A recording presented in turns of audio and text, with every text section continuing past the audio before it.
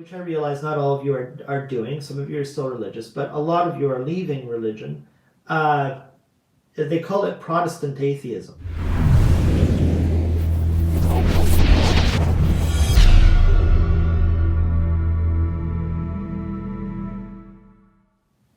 It's so easy to slip into nihilism and depression when a JW exits, but forming a support group does help. It feels unnatural, but it's well worth the effort to be open to making new connections.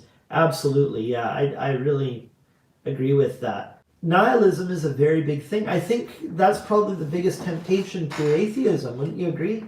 Why it's so appealing is you know you're kind of born into a losing battle, you know, and I really think the Jehovah's Witnesses, there's actually an expression for this kind of an exit from religion, which I realize not all of you are doing. Some of you are still religious, but a lot of you are leaving religion.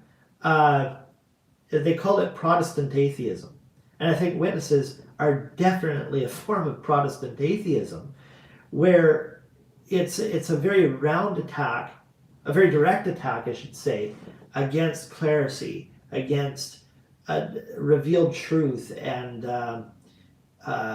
Jehovah's Witnesses, I think, are an anteroom for most people before they become atheists, because they've castigated all other faiths. You know, they condemn them so badly as the world empire of false religion, and so that next step is very easy to make. You know, unless you're really sold on the Bible. But as we know, if you're a witness, nothing trumps the word of the governing body and their spin on the Bible, even though they say, you know, biblical authority trumps everything.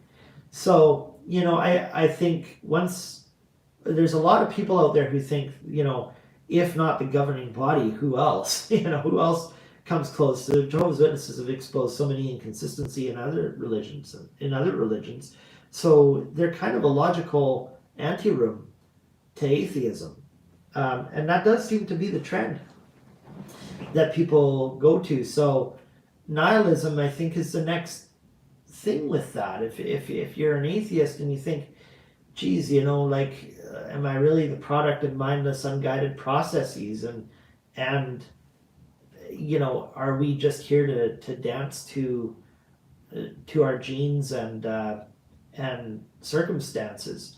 That's a very bleak philosophy, and it's not altogether accurate.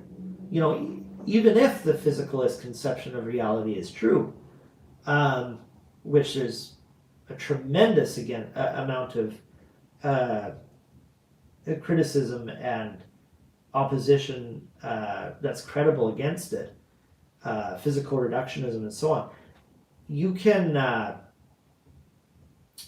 just sort of lost my train of thought here. You can, oh yeah, I was going to say the classic atheistic nihilism that we see is not necessarily the way it is. And even if it is, there's a way of reframing that. That's why I talk about the law of attraction so much. You know, just let's assume that you do die. You're just talking about nihilism, right? Let's assume that when you're dead, like there's no consciousness that continues in any kind. Well, does that mean it was meaningless, as nihilism tends to assert? I don't think it does at all. You know, our lives are completely punctuated by temporary moments of pleasure and suffering that have great meaning to them, you know, that we can actually be grateful for. And was it meaningless that you went through it just because it ended? I don't think so, not necessarily. And there's no reason to be 100% convinced that that's the end of consciousness en soi in itself. You know what I mean?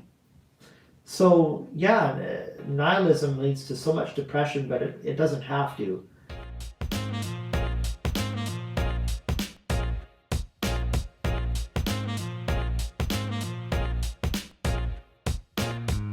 Hey everyone, I hope you liked this video. We put up some incredibly transformative content on this channel. If you want more like the one you just watched, click the suggested video on this screen. Make sure you subscribe, and to connect with me on my other platforms, my handles are linked below in the description, alright? Take care, peeps. Till next time.